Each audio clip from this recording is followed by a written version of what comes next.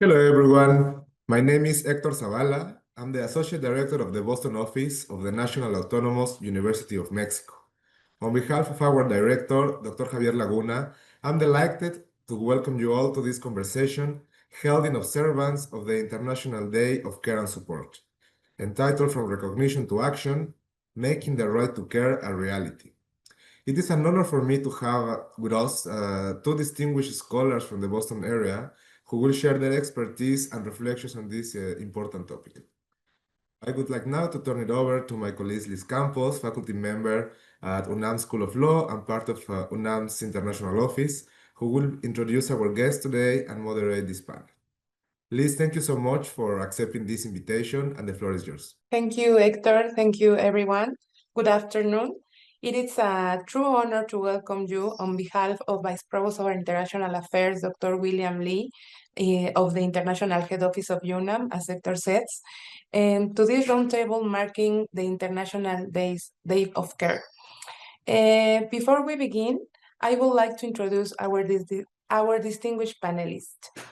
I would like to introduce Jennifer Sabatini Fraone, Director of Corporate Partnerships and Workforce Roundtable Boston College Center for Work and Family.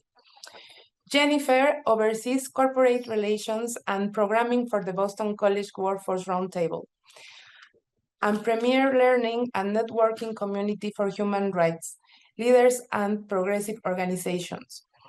She collaborates with and advises global companies on parenting and caregiving, workplace flexibility, inclusion, employee well-being, and strategies to improve the total employee experience.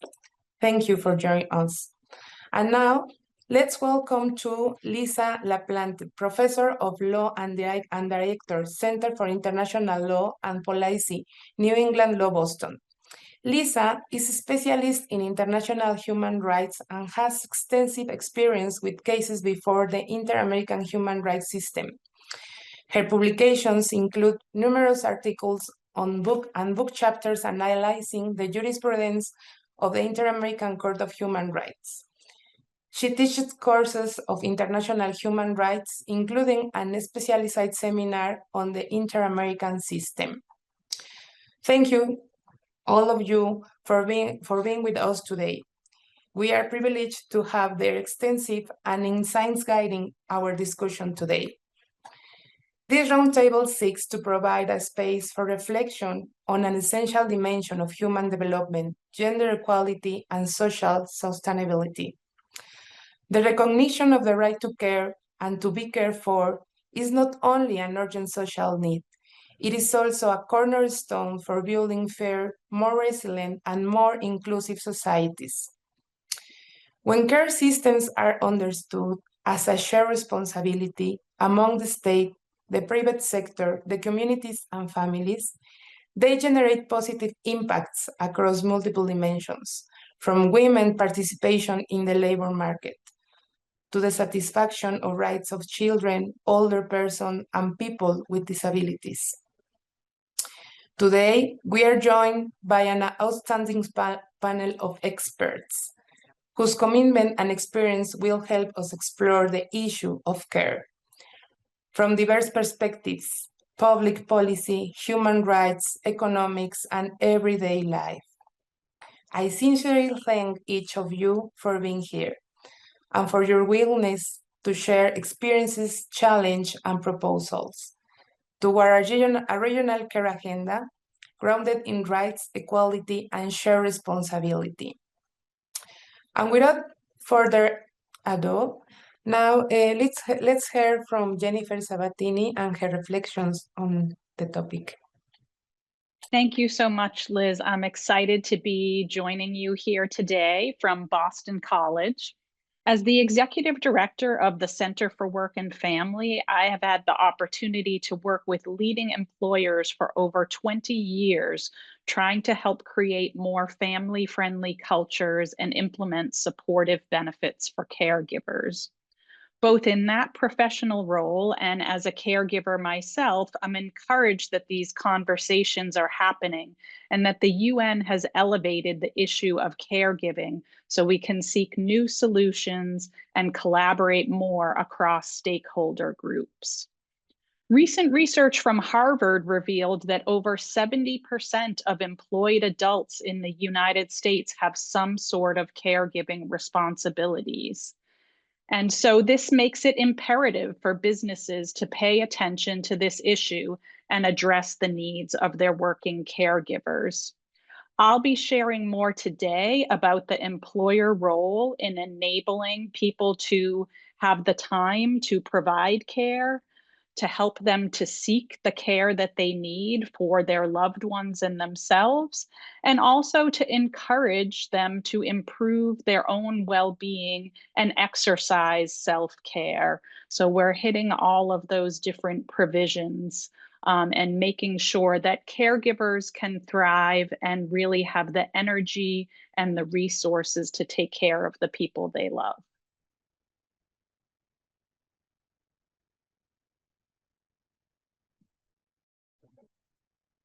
Thank you very much, Jennifer.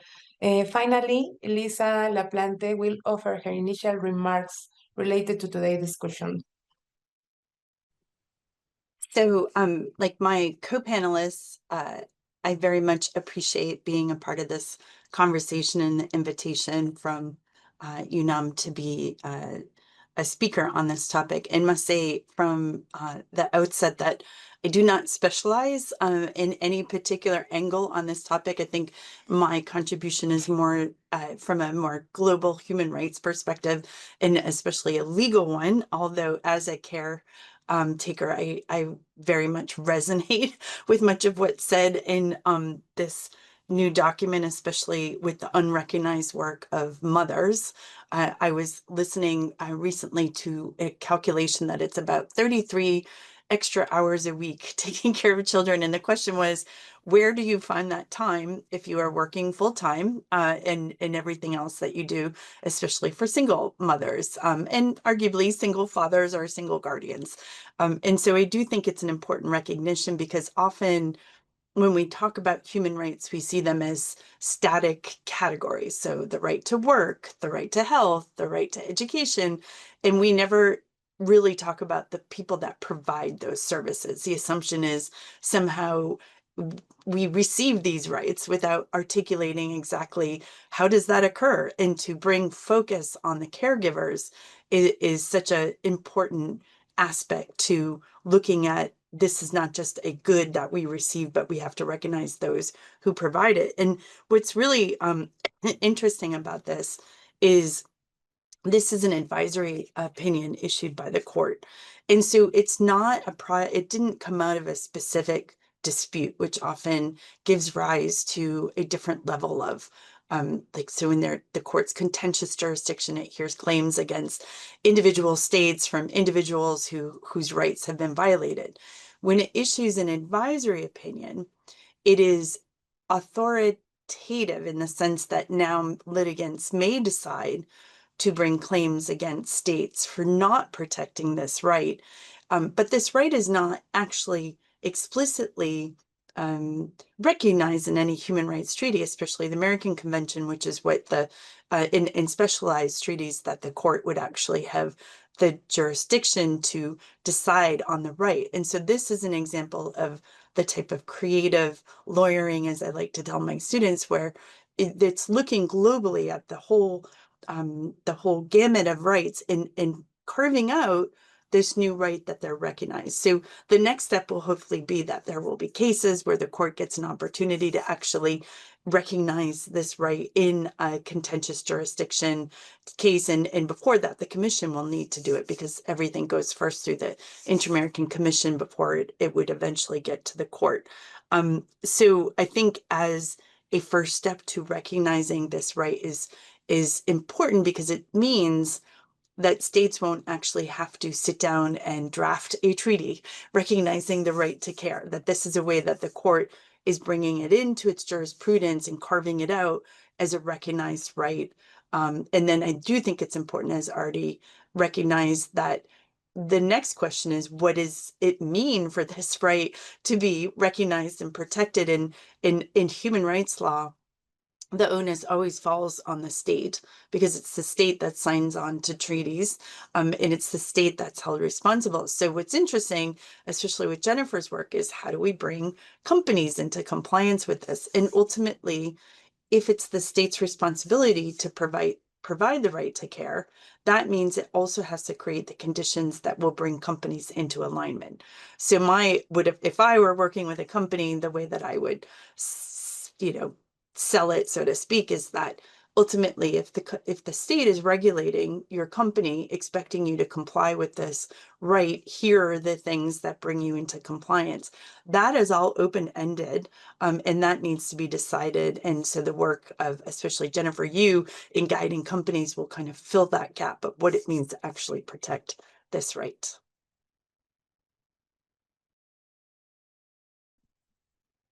Thank you very much, Lisa. And thank you to all our panelists. I really think that different perspectives enrich the discussion. So for these insightful opening reflections, we will now move into the questions answer segment. Each of you will respond to 2 questions, if you agree with that, which will allow us to explore the topic even further. Now, if you agree, I will make just 1 question first to Lisa and then Jennifer, and I will return with Lisa. If you agree with that, maybe it's more dynamic and we can hear more from you. Okay. Jennifer, in your role at the VC Center for Work and Family, what trends are you observing in the latest support and the benefits for caregivers? Thank you, Liz. I would say the first trend that I'm seeing is more employers are trying to understand who the caregivers are in their population and to have a much more inclusive definition of caregiver. When the center started its work in 1990, we were very focused on mothers with young children, and that is who everyone assumed the caregivers were. Now we have a more expansive definition, including the sandwich generation, people caring for elders, potentially a spouse with a chronic condition, a child with neurodivergence, a teenager who might have a substance use disorder. So we're really looking much more broadly at who the caregivers are. And we know that many caregivers do not disclose their responsibilities in the workplace for fear of stigma. They might believe that their employer will think they're less committed or less dependable if they have caregiving responsibilities. So only a little bit more than half disclose their caregiving to their supervisor.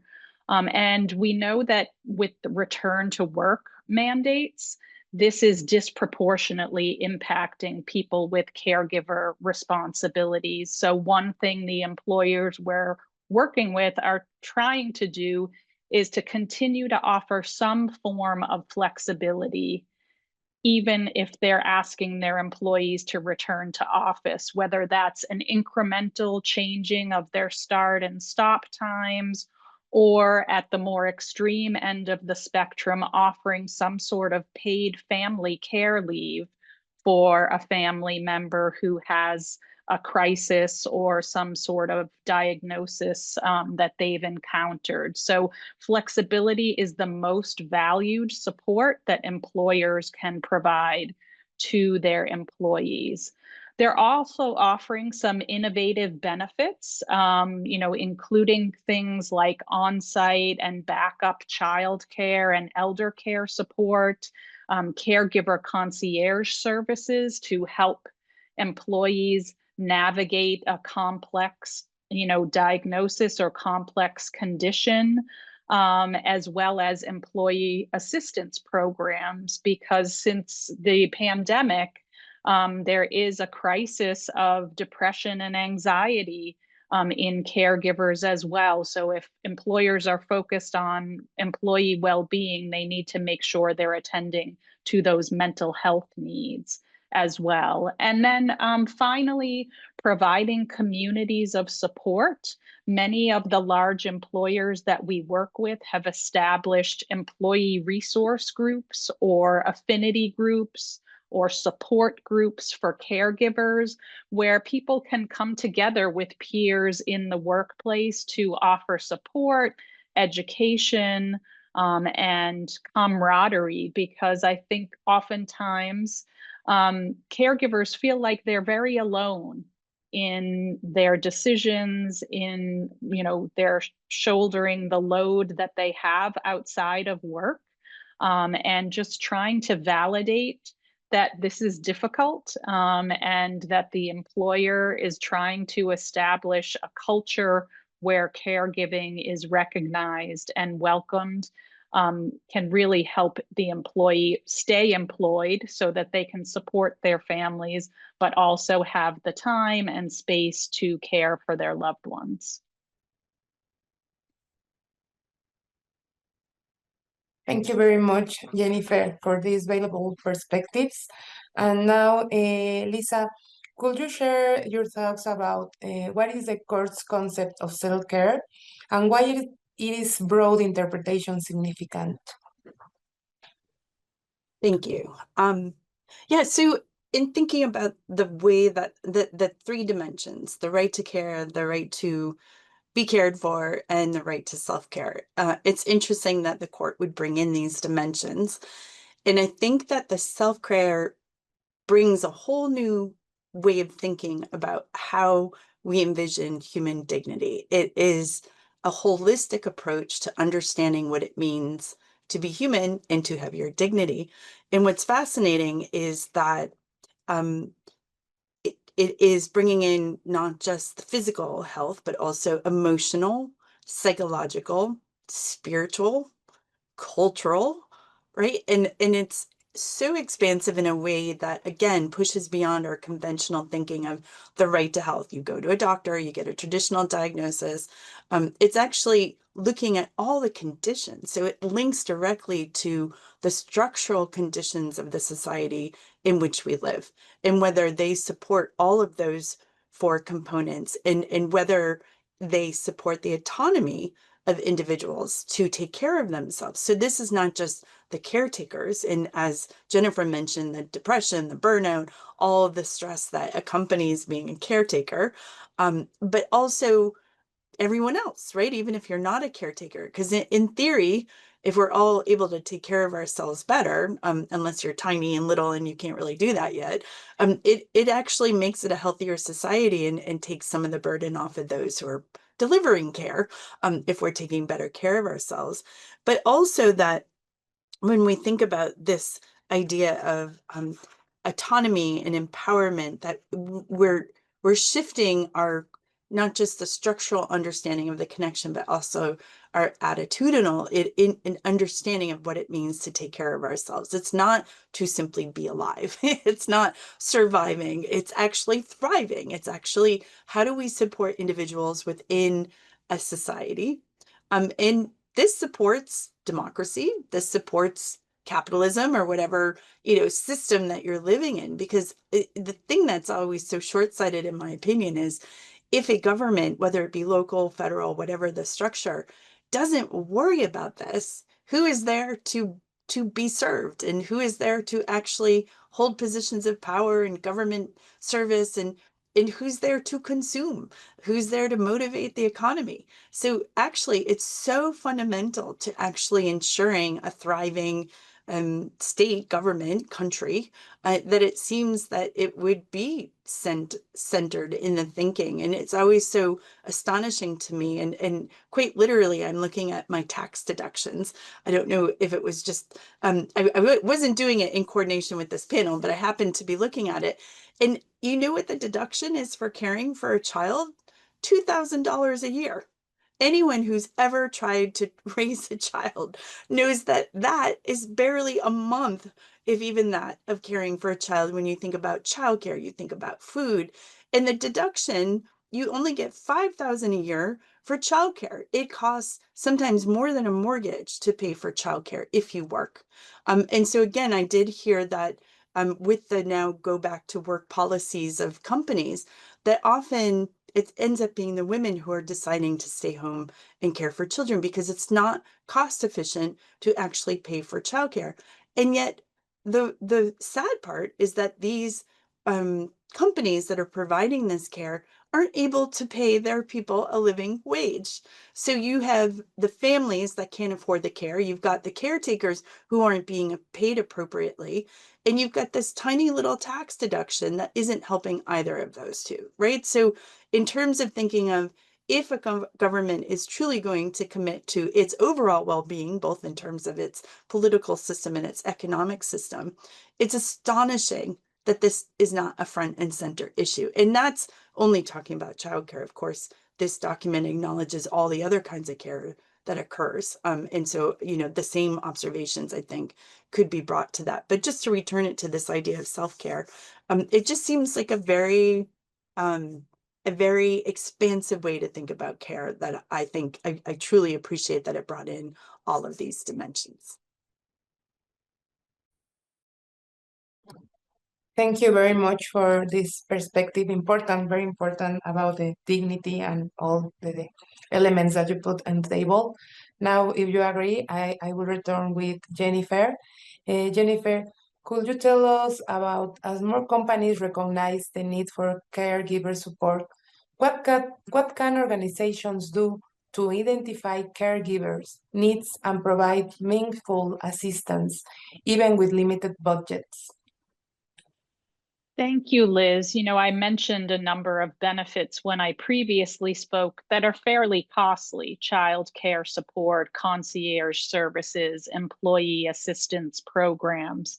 But there are steps that organizations can take to help caregivers in the workplace. And the first, I would say, is to really normalize discussions about caregiving to help remove the stigma of feeling like you cannot bring this into the workplace with you. And that could be storytelling from leaders or sharing stories of a rising star in the company who happens to have 3 children at home. And here, what I really want to emphasize is the important role that men are taking in caregiving. We have done studies at the Center for Work and Family for over 10 years now, looking at men as caregivers and men as parents. And many men do want to play an equal role in caregiving, but it's not necessarily supported by society, nor is it supported by their employers. So this is an important conversation that can be had to really encourage men to step forward and be equal caregivers in the home, or at least make an attempt toward that.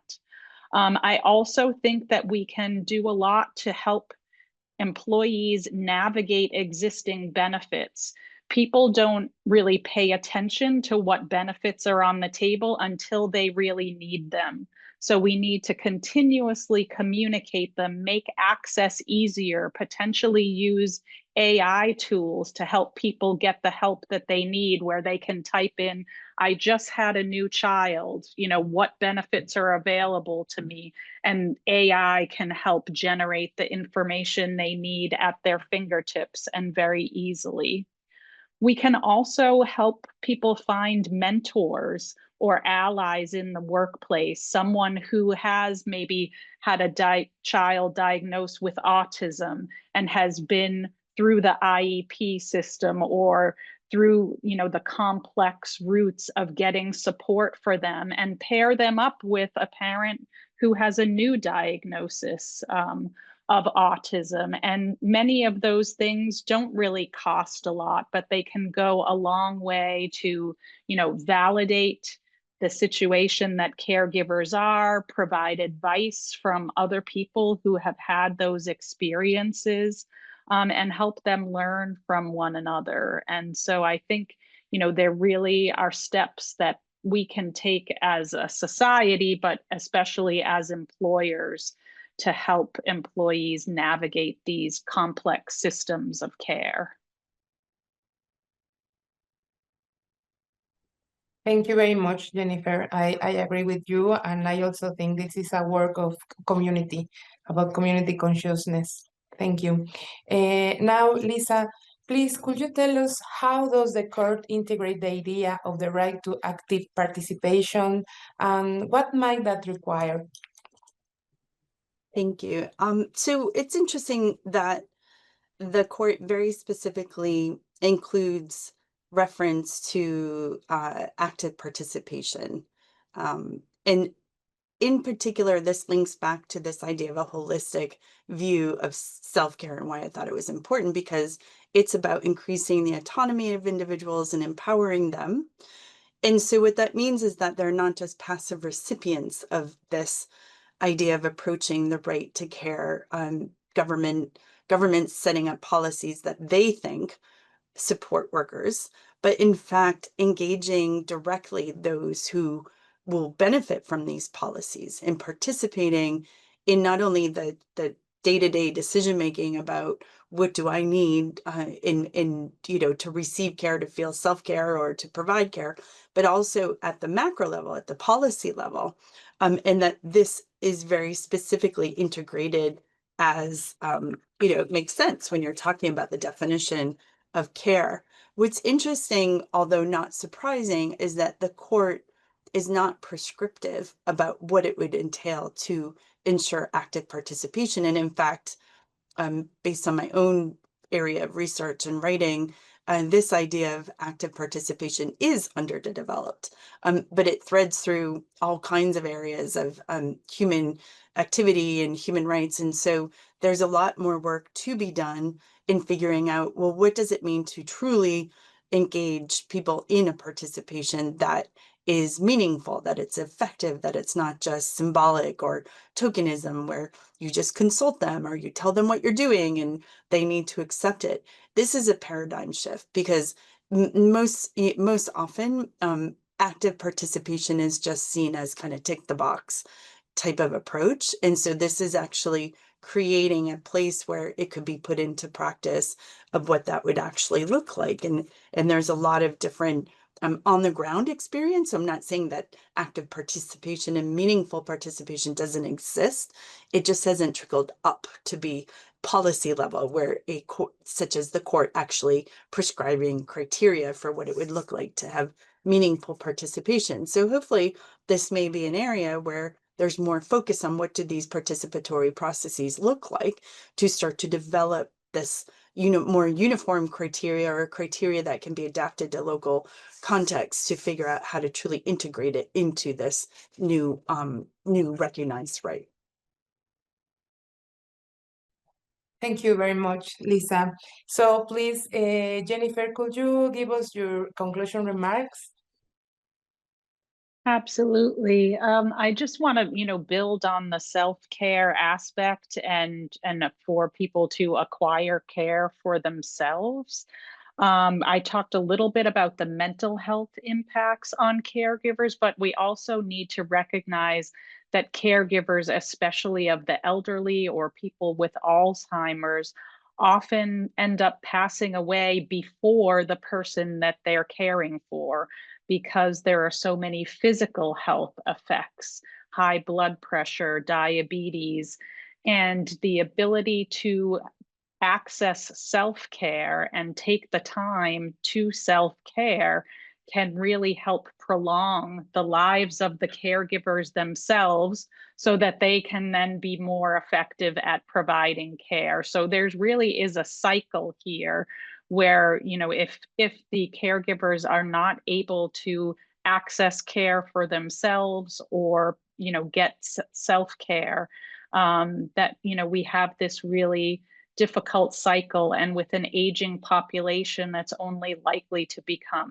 exacerbated over time. So this really is an imperative for people to be able to exercise these rights to care. Thank you very much, Jennifer. And Lisa, please. Sure. Just to add that one of the powerful things of taking something and putting it into a rights framework is it removes the ideology. And so it's no longer about what's politically desirable or, you know, you're asking for too much or this is polemic and we can't, it actually turns it into something that becomes a government obligation and is not open to ideological scrutiny. And so in particular, and I, you know, I'm speaking from the US, and so much of my sharing has been based on my experience in the US, although I've been in other countries and, you know, can understand how it's approached there. But in the US in particular, we are barely looking at health as a right, never mind care. So, you know, I thought we kind of got over that hurdle, but we're back to saying actually care is discretionary, or rather health is discretionary if we don't have the money and it's a political this and that. Well, no, it's not. It's a right. And so when it is a right, that means that the government needs to respect it, protect it, guarantee it, and promote it. And these are the obligations of a state. And regardless of whether they've signed on to a particular treaty, if that right can be considered international customary law.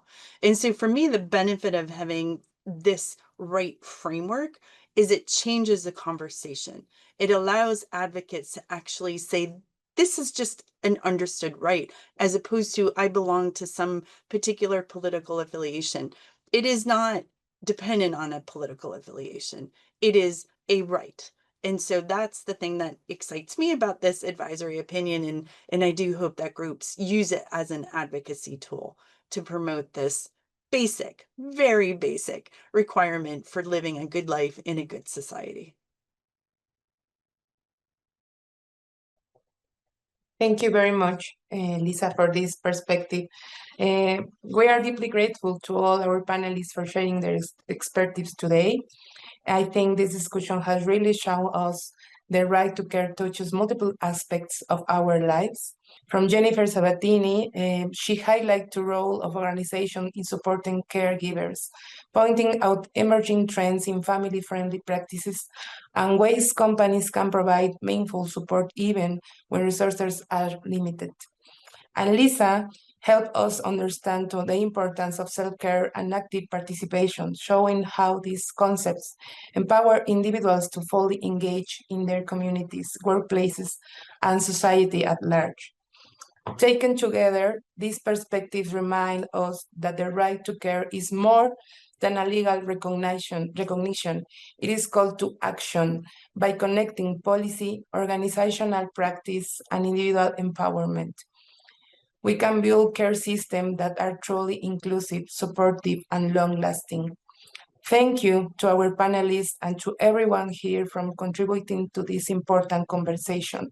We hope these ideas will inspire action and reflection long after today's discussion. Thank you very much to all of you.